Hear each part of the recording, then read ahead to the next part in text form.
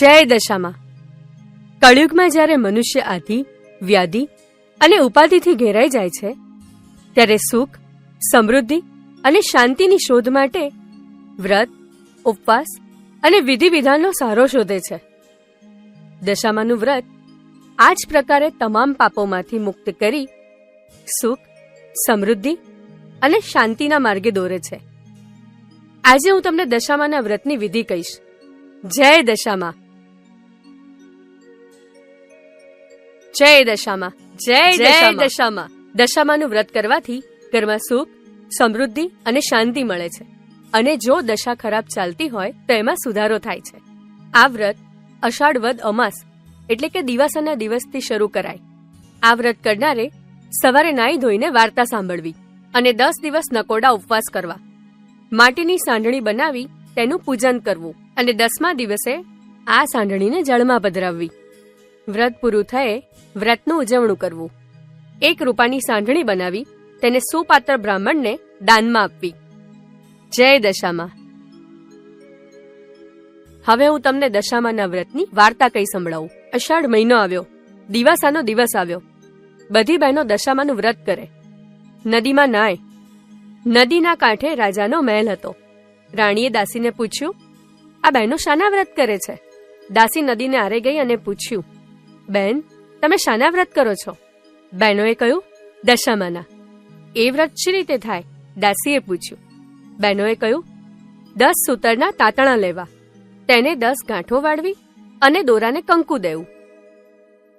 દાસી મહેલમાં આવીને રાણીને વાત કરી. રાત્રે રાજા આવ્યા એટલે રાણીએ કહ્યું, હું દશામાનું વ્રત કરું? રાજા કહે, એ વ્રત કરવાથી શો લાભ? રાણી કહે, નિર્ધનને ધન મળે, પુત્ર અને પરિવાર વધે. રાજા કહે, મારે ધનની ખામી નથી. હાથી, ઘોડા, રાજપાટ જે જોઈએ તે બધું છે. રાજાના અહંકારના વચનોથી રાણી રીસાયા અને ખાધા પીધા વિના જ સૂઈ ગયા. રાત્રે દશામાં આવ્યા અને રાજ્યમાં બધે ફરી વળ્યા. સવારનો પહોર થયો. રાજ્યમાં અંધાધૂંધી થવા માંડી. ભંડારમાં પૈસોય ના મળે. કોઠારમાં જોવા જાય તો અનાજનો દાણોય નહીં. ગામની પ્રજા રાજાને કહેવા લાગી, હવે તમે પહેરે લુગડે બહાર નીકળો, તમારા રાજમાં માઠી દશા બેસશે. રાજા રાણી ત્યાંથી ચાલી નીકળ્યા અને ગામને પાદરે ફૂલવાડીમાં બેઠા. ત્યાં તો ફૂલવાડી બળીને ભસ્મ થઈ ગઈ.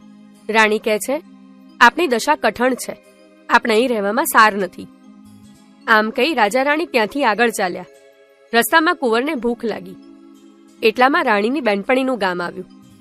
રાણી કહે, બેન, બટકું રોટલો આપીશ? જા જા ભિખારણ, મારા રાજ્યમાં બટકું રોટલો લેવા આવી છે? શરમ નથી આવતી? તેવું બેનપણીએ કહ્યું. તેઓ ત્યાંથી આગળ ચાલ્યા. કુંવરને તરસ લાગી. રાણી બંને રાજકુમારોને લઈને વાવમાં પાણી પીવડાવવા જાય છે. ત્યાં તો બંને રાજકુમારોને દશામાએ વાવમાં ખેંચી લીધા. રાણી રોતી અને કલ્પાંત કરતી રાજા પાસે આવી અને કહ્યું, મારા બંને દીકરા વાવમાં પડી ગયા છે. રાજાએ કહ્યું, કલ્પાંત શું કામ કરો છો? જેના હતા એણે લઈ લીધા. ત્યાંથી તેઓ દૂર આવ્યા. એટલામાં રાજાની બહેનનું ગામ આવ્યું. રાજા કહે, આ તો મારી બહેનનું ગામ છે, એને મળ્યા વિના કેમ જવાય? ગામમાં પખાલી સાથે કહેવડાવ્યું, તમારા ભાઈ ભોજાઈ મળવા આવ્યા છે. બેન કહે છે કે મારા ભાઈ ભોજાઈ મળવા આમ ન આવે. બેનને વિચાર કર્યો કે ભાઈની કઠણ દશા હોય તો આવ્યા પણ હોય, નહીં તો ઘોડા, ગાડી, રથ, પાલખી વિના આવે નહીં. બેને સુખડી બનાવી અને સાવ સોનાનું સાંકળું લીધું અને માટલીમાં ઘાલીને મોકલાવ્યું. પરંતુ જ્યારે રાજાએ માટલી ખોલી ત્યારે સુખડી કોલસો થઈ ગઈ અને સાંકળું સાફ થઈ ગયો. રાજાએ વિચાર્યું કે માં જણી બેન મને મારી નાખવા રાજી ના હોય, પણ આ તો બધા દશાના ખેલ છે. એટલે માટલીને ભોંયમાં ભંડારી એ લોકો આગળ ચાલ્યા. આગળ મોટી નદી આવી. તેમાં ચીબડાના વાડા હતા. રાણીએ ખેડૂતને કહ્યું, અમને બહુ ભૂખ લાગી છે, એક ચીબડું ખાવા આપો તો સારું. ખેડૂતે એક ચીબડું આપ્યું. સૂર્યનારાયણ અસ્ત થયા પછી ખાવું નહીં એવું નિયમ હતું. એટલે ચીબડું રથમાં મૂકી તેઓ સૂઈ ગયા. ત્યાં તો અજાણ્યા સૈનિકો આવ્યા. પાસેના બીજા ગામના કુંવર રીસાઈને મોસાળ નાસી ગયો હતો. તેથી એ રાજાએ સૈનિકોને શોધ કરવા માટે અહીં મોકલ્યા હતા. રથમાં જે ચીબડું હતું તે અચાનક કુંવરનું માથું થઈ ગયું. સૈનિકો શોધતા શોધતા રથ સુધી આવ્યા. અને રથમાં કુંવરનું માથું જોયું. તેથી સૈનિકોએ તેઓ બંનેને માર મારીને પોતાના રાજા પાસે ખેંચી ગયા. પેલા રાજાએ એમને જેલમાં નાખ્યા અને રાણીને જુદી ઓરડી આપી. એટલું દુઃખ પડતામાં તો 12 મહિના પૂરા થયા. અષાઢ મહિનો આવ્યો, દિવાસાનો દિવસ આવ્યો. રાણીએ વિચાર્યું કે રાજાએ દશામાનું અપમાન કર્યું છે, એટલે તો આવું નહીં થયું હોય. લાવ, હું દશામાનું વ્રત કરું. તેણે 10 દિવસ નકોડા ઉપવાસ કર્યા. 10 દિવસ પૂરા થયા. 10 મુઠ્ઠી ઘઉં લીધા, માટીની સાંઢણી બનાવી. એવી રીતે તેણે વ્રત પૂરું કર્યું. પોતાના પતિને જમાડ્યા. જમાડીને ઓરડીમાં આવી. રાત્રે સાંઢણીને ઘરમાં રાખી સવારે 4 વાગે જળમાં પધરાવી. જળમાં પધરાવતાની સાથે ગામના રાજાને સ્વપ્ન આવ્યું. વિના વાકે તે રાજાને જેલમાં પૂર્યો છે. તેને તું સવારે છોડી મૂકજે. તારો કુંવર રિસાઈને મોસાળ ગયો છે, તે સવારમાં પાછો આવશે. આ વાત સાચી નહીં માને તો જેવી એની દશા થઈ છે તેવી તારી થશે. સવારના પોરમાં રાજકુંવર આવ્યો. રાજાએ પેલા કુંવરનું માથું જોયું. એ લીલું તાજું ચીબડું હતું. સ્વપ્ન સાચું પડ્યું એટલે તેણે પેલા રાજાને જેલમાંથી છોડી મૂકવાનો હુકમ કર્યો. સારા વસ્ત્રો પહેરાવી તેણે રાજા રાણીને રજા આપી અને કહ્યું, તમે મારા ગુનામાં નથી, પણ તમારા ઉપર કોઈ દેવીનો કોપ ઉતર્યો હોય એમ લાગે છે. રાણી રાજાને કહે છે, ચાલો આપણે ચાલી નીકળીએ. હવે આપણી દશા વળતી લાગે છે. ત્યાંથી તેઓ ચાલી નીકળ્યા. રાજા રાણી ત્યાંથી આગળ જાય છે.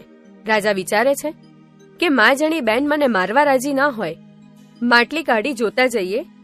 જરા ખોલીને જુએ છે તો માટલીમાં સરસ ખાવા જેવી સુખડી અને સોનાનું સાંકડું દીઠું. માટલી રથમાં મૂકી રાજા રાણી રથ જટ ચલાવો કઈ આગળ ચાલ્યા. દશામાએ વિચાર્યું કે રાજાના બંને દીકરા લીધા તો ખરા, પણ પાછા આપવા કેવી રીતે? એમણે ઘરડા ડોશીનું રૂપ લીધું. છોકરાઓને આંગળીએ વળગાડીને આવ્યા અને રાજાને બૂમ પાડી, ભાઈ રથ ઊભો રાખો ને, આ બંને રાજકુંવરો જેવા છોકરાઓ ભૂલા પડી ગયા છે. રાજાએ રથ ઊભો રાખ્યો. તેમણે તેમના છોકરાઓને ઓળખ્યા અને બંને રાજકુંવરોને વાલથી ઉપાડી લીધા. ડોશીમાએ કહ્યું, આજથી તમારી વળતી દશા થશે. તમે અહંકારના વચનો કાઢ્યા હતા એટલે તમારી દશા કઠણ હતી. હવે તમે મારા વ્રતનો મહિમા વધારજો. એટલું કહી દશામાં અદૃશ્ય થઈ ગયા. રાજા રાણી અને કુંવરો ત્યાંથી ચાલી નીકળ્યા. જે બેનપણીએ પહેલા જાકારો દીધો હતો તે અત્યારે ઓરડા બહાર ઊભી હતી. એ રાણીને ઓળખી અને ભેટી પડી અને કહ્યું, અરે બેન, બહુ દિવસે આવ્યા, આજે તો તમને નહીં જવા દઉં. રાણી કે, મારી દશા કઠણ હતી ત્યારે તમે મને કટકો રોટલોય ન આપ્યો, તેથી હવે અમે નહીં રહીએ. એટલું કહી રાજા રાણી ત્યાંથી ચાલી નીકળ્યા અને પોતાને ગામ આવ્યા. ગામમાં સમાચાર પહોંચ્યા કે રાજા રાણી દુઃખ વેઠીને પાછા આવે છે.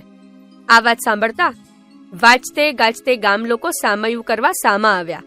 રાજા રાણી સુખેથી પોતાના મહેલમાં આવ્યા. સૂર્યના તેજ પેઠે તેમની કીર્તિ વધી. પ્રજાના આનંદનો પાર ન રહ્યો. રાણીએ 5 વર્ષ પૂરા થયા એટલે કૃપાની સાંઢણી બનાવી વ્રત ઉજવ્યું. દશામાએ જેવી રાજા રાણીની દશા વાળી એવી સૌ નિવાળજો. જય દશામા.